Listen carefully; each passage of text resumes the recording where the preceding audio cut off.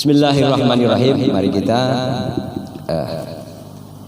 niat bacanya dulu, nanti baca Al-Fatihah, kemudian ngikutin saja. Bismillahirrahmanirrahim. Menawatu ta'alum wa ta'limah Alamana wa masyikuna fasraf salihun hadratin Nabi. Al-Fatihah. A'udzubillahi minasyaitonirrajim. Bismillahirrahmanirrahim. Alhamdulillahirabbil alamin arrahmanirrahim maliki yaumiddin. Iyyaka na'budu wa iyyaka nasta'in. Ihdinas siratal mustaqim. Siratal ladzina an'amta 'alaihim ghairil maghdubi 'alaihim waladdallin. Bismillahirrahmanirrahim. Fahamnaha Sulaiman wa kullan atana hukma wa ilma wa sakharna ma'a Dawud al-jibala sahbina wa tawakkalna fa'ilin. Rabbi shrah li sadri wa yassir li amri wahlul 'uqdatam min lisani yafqahu qawli. Allahumma alhimni rusdi wa a'idni min syarri nafsi. Al-Fatihah. Mu'allifi hadzal kitab Al-Imam Mujadid Islam Al-Imam Muhammad Al-Ghazali wa Muslim wa Furi al-Hadrati Jami' Masyaikh wa Ustadzina Al-Hadrati Abu Ali Al-Banjari Al-Maliki Ahmad Fahmi Zamzam wa Muslim wa Furi Jami' Masyaikh wa Ustadzina Al-Arham walidina walidikum wa atimatikum an-nadhata wa syahid rahmah. Al-Fatihah. A'udzu billahi minasyaitonir rajim. Bismillahirrahmanirrahim. Alhamdulillahirabbil alamin arrahmanir rahim maliki yaumiddin. Iyyaka na'budu wa iyyaka nasta'in. Ihdinas siratal mustaqim. Siratal ladzina an'amta 'alaihim ghairil maghdubi 'alaihim waladdallin. Amin. Jamaah sekalian, sebelum kita bersama-sama mengkaji atau membaca kitab Bidayatul Hidayah ini, disampaikan beliau Al-Imam Hujjatul Islam Abu Hamid Muhammad bin Muhammad Al-Ghazali. Beliau ini ulama rujukan dunia, khusus ahli tasawuf. Nah, kitab Bidayatul Hidayah ini banyak sekali diterjemahkan ulama-ulama, terutama yang akan kita baca ini diterjemahkan oleh beliau Al-Alim Abu Ali Al-Banjari An-Nadwi Al-Maki, atau lebih terkenal Guru Ahmad Zamzam Banjar. Karena itu sebelum kita baca, terlebih dahulu akan saya bacakan pengantar atau mutarajim. Ini kitab Bidayatul Hidayah, yaitu Tuan Guru Fahmi Zamzami. Sekaligus nanti kami baca muqaddimah daripada ini kitab Bidayatul Hidayah. Bismillahirrahmanirrahim. Alhamdulillah, bersyukur kehadirat Allah Subhanahu wa taala yang telah memuliakan limpahan taufiknya dan hidayah serta inayahnya, sehingga terjemahan kitab Bidayatul Hidayah ini dapat diselesaikan. Artinya yang menerjemah kitab Bidayatul Hidayah ini pertama bersyukur kehadirat Allah Subhanahu wa taala, karena atas izin rahmat pertolongan dari Allah Subhanahu wa taala bisa terwujud, bisa selesai kitab Bidayatul Hidayah.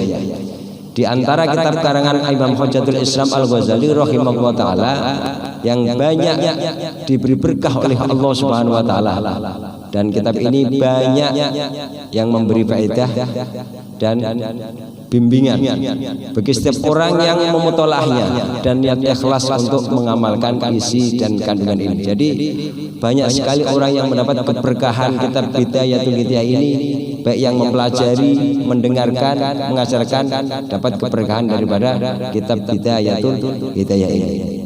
Jadi apabila kita mempelajari kitab ini dengan teliti, kita akan dapat merasakan bahwasanya Imam Hujjatul Islam, Imam Ghazali yang menyusun kitab ini seakan-akan kita di depan beliau, antara guru dan murid itu. Karena beliau ini kalau menyusun bait syair seakan-akan kayak berhadapan beliau langsung. Jadi kitab yang akan kita baca ini yang dirasakan dari pengamalnya seakan-akan berhadapan kasih sayang antara guru dan murid. Nah, ini beliau luar biasa, ulama yang luar biasa. Kemudian di dalam kitab ini Imam Ghazali rahimahullah taala menggariskan amalan-amalan harian yang mesti kita lakukan setiap hari dan adab-adab untuk melaksanakan amal ibadah tersebut. Jadi dalam kitab Bidayatul Hidayah ini diterangkan mulai daripada adab-adab melaksanakan ibadah hadirat Allah Subhanahu wa taala, terutama yang berhubungan dengan aktivitas kita sehari-hari, mulai dari bangun tidur, mau tidur, bangun tidur.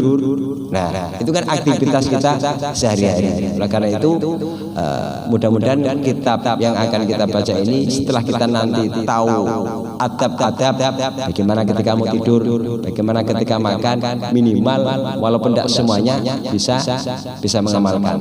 Karena pepatah mengatakan mala yutraku kulluh wala yusraku kulluh.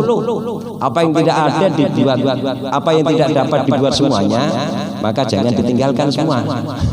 Artinya apa? Kalau kita tidak bisa mengamalkan sunnah-sunnah semuanya, minimal jangan ditinggalkan semuanya. Nah, minimal lah. Nah, itu arti pepatah.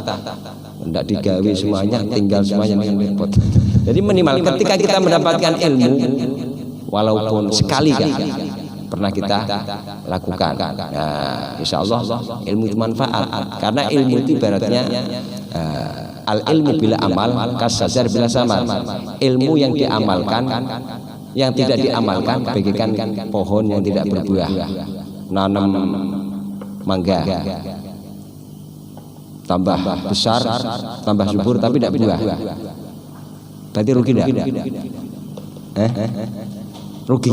Begitu juga kita mendapat ilmu, setelah tahu ilmu tapi tidak diamalkan, ya bagaikan pohon yang tidak berbuah. Padahal intinya ketika kita menanam pohon yang diharap buahnya.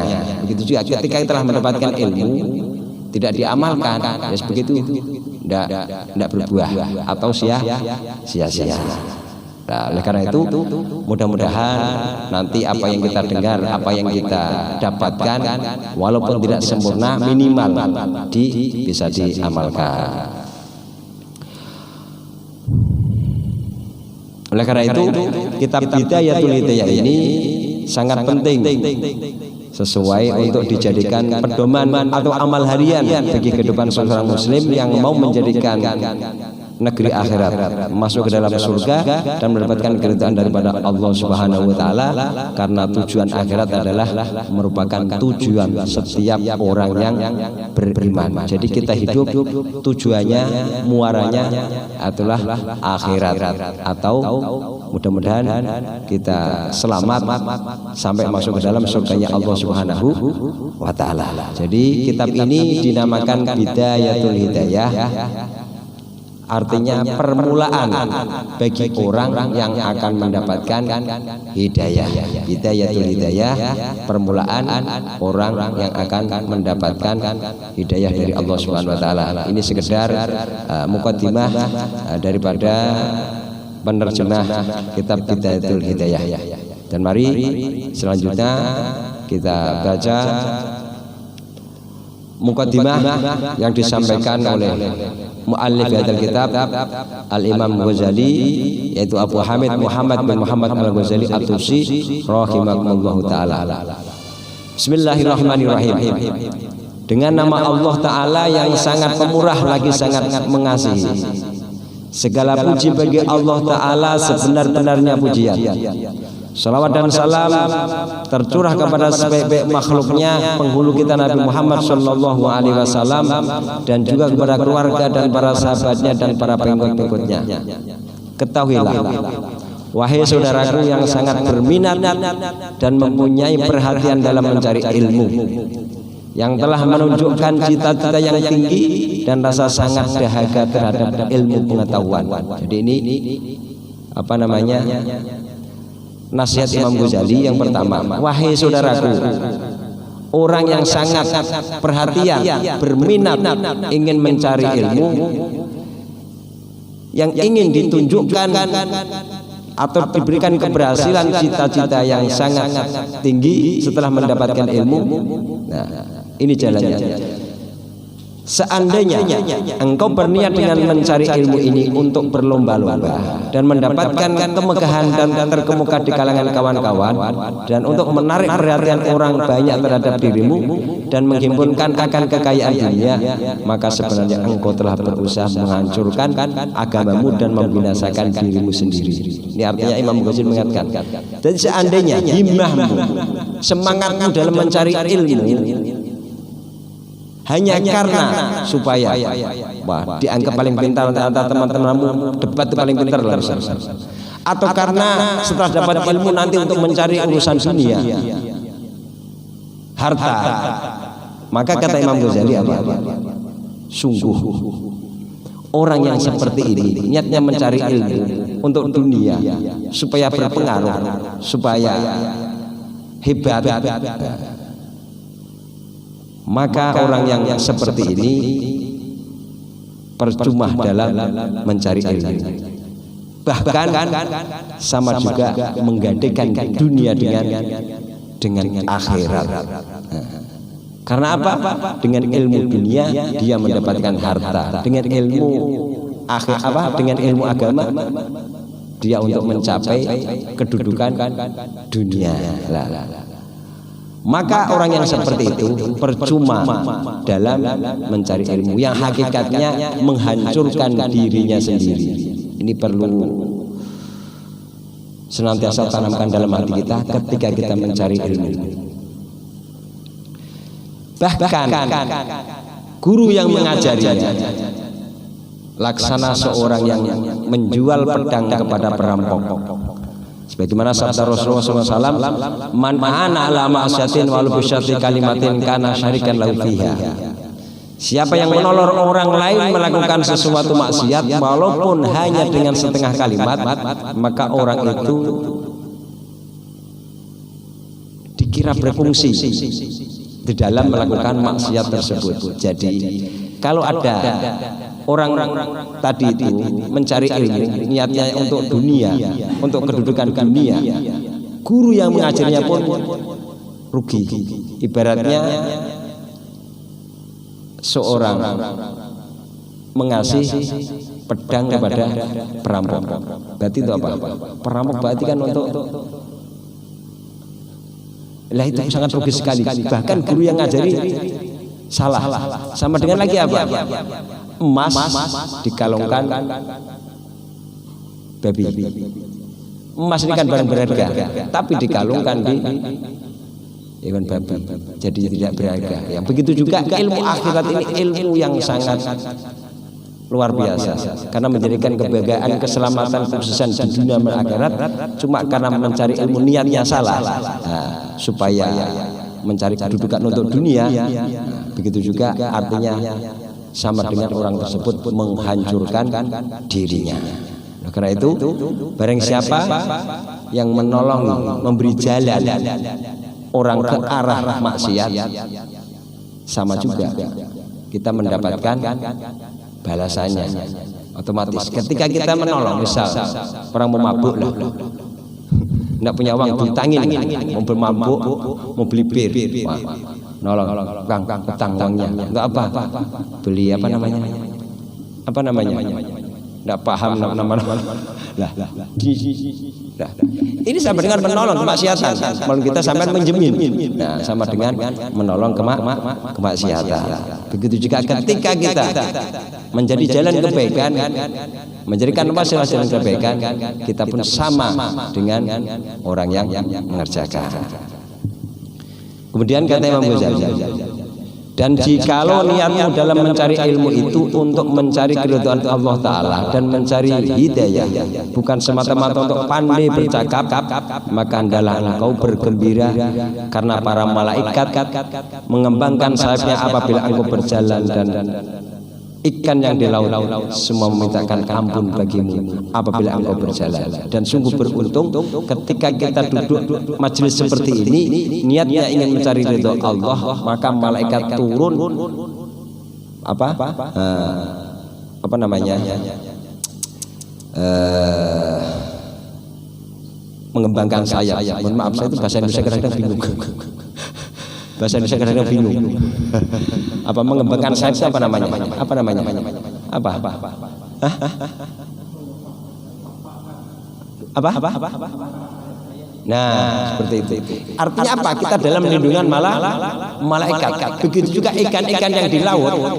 Ikan-ikan yang di laut ini mendoakan orang yang duduk seperti ini di majelis ilmu. Makanya kita termasuk orang yang beruntung, walaupun di tengah ngantuk masing-masing karena capek. Di tengah ngantuknya masing-masing bisa duduk seperti ini sudah luar biasa. Karena mohon maaf sibuk kerja itu kan, tapi masih sempat duduk untuk di majelis ilmu. Nah, ini suatu anugerah yang luar biasa yang Allah berikan, karena tidak semua orang bisa duduk seperti ini. Karena itu mudah-mudahan selalu diberikan istiqomah oleh Allah Subhanahu wa taala, dan termasuk jalan di antaranya untuk mendapatkan husnul khotimah yaitu dengan cara apa? Selalu duduk di majelis ilmu. Nah, di antara dan jalan kita akan mendapatkan kematian husnul khotimah, senang, bahkan hobi duduk di majelis ilmu. Nah, padahal kalau orang ditanya pengen akhirnya nanti husnul khotimah, pasti setiap orang jawab pengen husnul khotimah, pengen bahagia dia, pengen.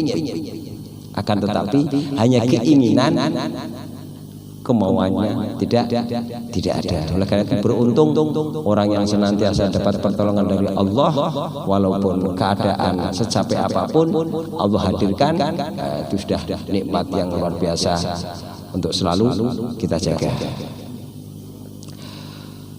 La ilaha illallah, la ilaha illallah. Kemudian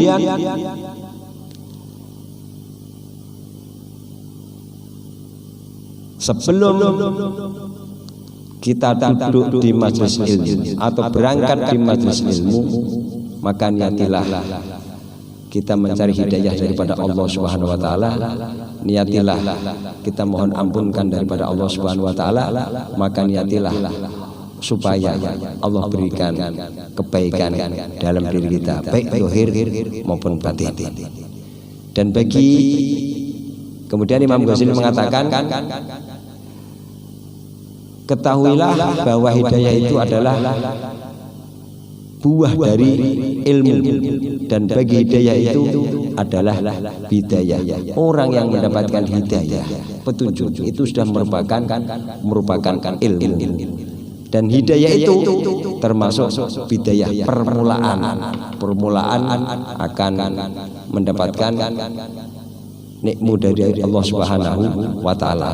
Dan akhirnya setelah mendapat hidayah, nihayah, akhir atau puncaknya, kesudahannya, baik zahir maupun batin, akan selalu mendapatkan ketenangan daripada Allah Subhanahu wa taala. Jadi arti nihayatul hidayah, dan tidak akan dapat menyelami ketika hati kita itu gembira.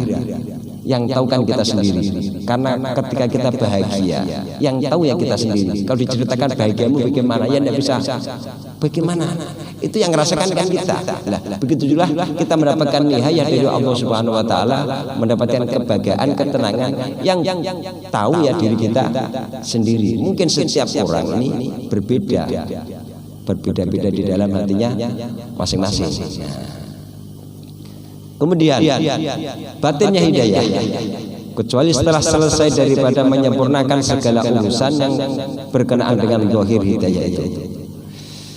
Di dalam kitab ini akan saya sebutkan bidayatul hidayah atau permulaan jalan menuju hidayah, supaya engkau coba mengamalkannya pada dirimu, dan supaya engkau dapat menguji hatimu. Seandainya engkau dapati hatimu cenderung kepadanya dan nafsumu mau mengikuti arahannya, dan ia dapat memberikan perhatian yang sewajarnya, maka nanti engkau akan sampai kepada nihayatul hidayah. Begitu juga hingga engkau mempunyai, mampu mengarungi lautan ilmu yang luas, tetapi jika engkau mendapati hatimu tidak memberi perhatian kepadanya, dan nafsumu yang suka berlambat-lambat dalam melaksanakan perhatiannya, maka ketahuilah bahwa kejurangan ilmu dalam menuntut ilmu itu adalah sebenarnya hanya tunduk kepada perintah syaitan.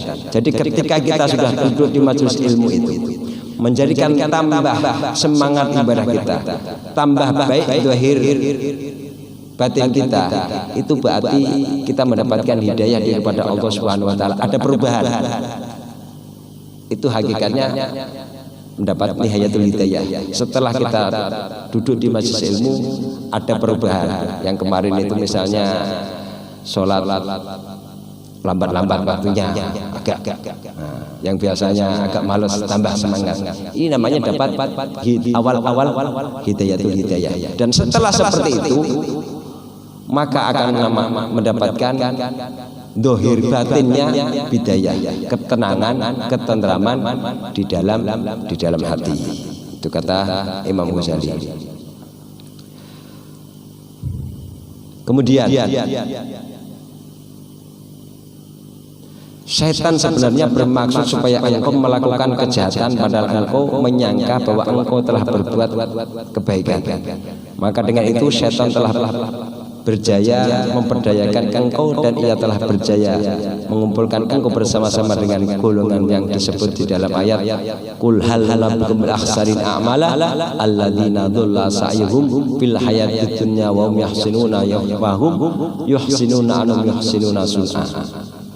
Jadi katakanlah wahai Muhammad, maukah kamu aku khabarkan dengan orang yang sebenarnya mendapat kerugian di dalam usaha mereka, yaitu orang yang telah menyia-nyiakan perbuatan mereka di dalam kehidupan dunia ini, sedangkan mereka menyangka bahwa mereka telah berbuat baik. Kena tipu daya setan. Ketika itu setan sangat pandai mengajar kepada engkau akan kelebihan ilmu dan derajat para ulama, dan ia mengajar engkau beberapa kelebihan mencari ilmu yang telah disebutkan di dalam hadis dan juga perkataan ulama. Sedangkan setan dengan sengaja melupakan engkau daripada sabda Rasulullah SAW, man izdada ilman walam yazdad walam yastasmina wa illa budan.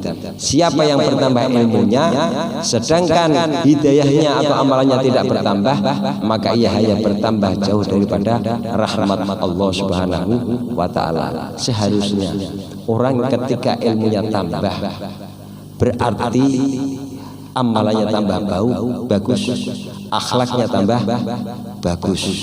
Tapi ketika orang ilmunya tambah, akhlaknya justru malah tidak bagus, amalnya tambah kurang, ini berarti jauh daripada rahmat Allah Subhanahu wa taala. Jadi kalau kita melihat orang itu saja, ilmu orang yang berilmu itu bisa dilihat daripada amaliyahnya, perbuatannya. Nah, karena orang berilmu itu pasti mencontohkan, karena daripada ilmunya itu diamalkan. Itulah tanda-tanda orang yang berilmu. Walaupun ngaku ilmunya banyak, tapi akhlaknya tidak bagus, amalnya kurang, jauh daripada katakan orang manis data ilman walam zatudan alam yastas ilawahi butan. Mudah-mudahan ketika kita mendapatkan ilmu, menjadikan ilmu yang manfaat barokah, karena dengan ilmu yang manfaat barokah ini akan tambah dekat dengan Allah, bukan justru sebaliknya. Ketika kita mendapat ilmu justru tambah jauh daripada Allah Subhanahu wa taala.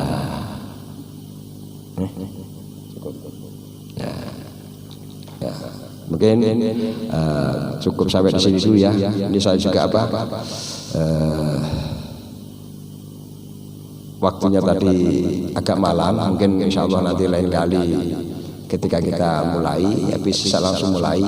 Ya, mungkin dikirnya agak dibikin cepat tidak apa-apa ya. Nah, insya Allah. Karena intinya ini ya maklum baru permulaan. Nah, insya Allah nanti habis bisa langsung kita mulai cukupnya, jadi tidak kemalaman ya. Karena itu mudah-mudahan senantiasa diberikan kesehatan oleh Allah Subhanahu wa taala, dan mudah-mudahan kita senantiasa diberikan keberkahan oleh Allah, ilmu yang manfaat, ilmu yang membawa barokah, ilmu yang nambah mendekatkan diri kepada Allah Subhanahu wa taala. Mari kita tutup bersama doa majelis bersama-sama. Ya Rabbana tarafna bi annana tarafna wa annana asrafna ala ladu ashrafna fadum alaina tauba tagsilu kulla hawba wastur lana al-awrati wa aminir rawati waghfir li walidina rabbi wa mauludina wal ali wal ikhwani wa sairil khillani wa kulli dhi mahabbah au jiratin au sohbah wal muslimina ajma amin rabbi asma fadla wajudan mana la biktisabi mina bil mustafa rasuli nahdha bi kulli suli salla wa sallam rabbi alaihi adal habib wa alihi wa sahbi idada basi suhbi walhamdulillahi fil badi wa tanahi subhanallah bihamdika asyhadu an la ilaha illa anta astaghfiruka wa atubu ilaik wa sallallahu ala sayyidina Muhammadin wasallam walhamdulillahi rabbil alamin wal afu minkum. Assalamualaikum warahmatullahi wabarakatuh.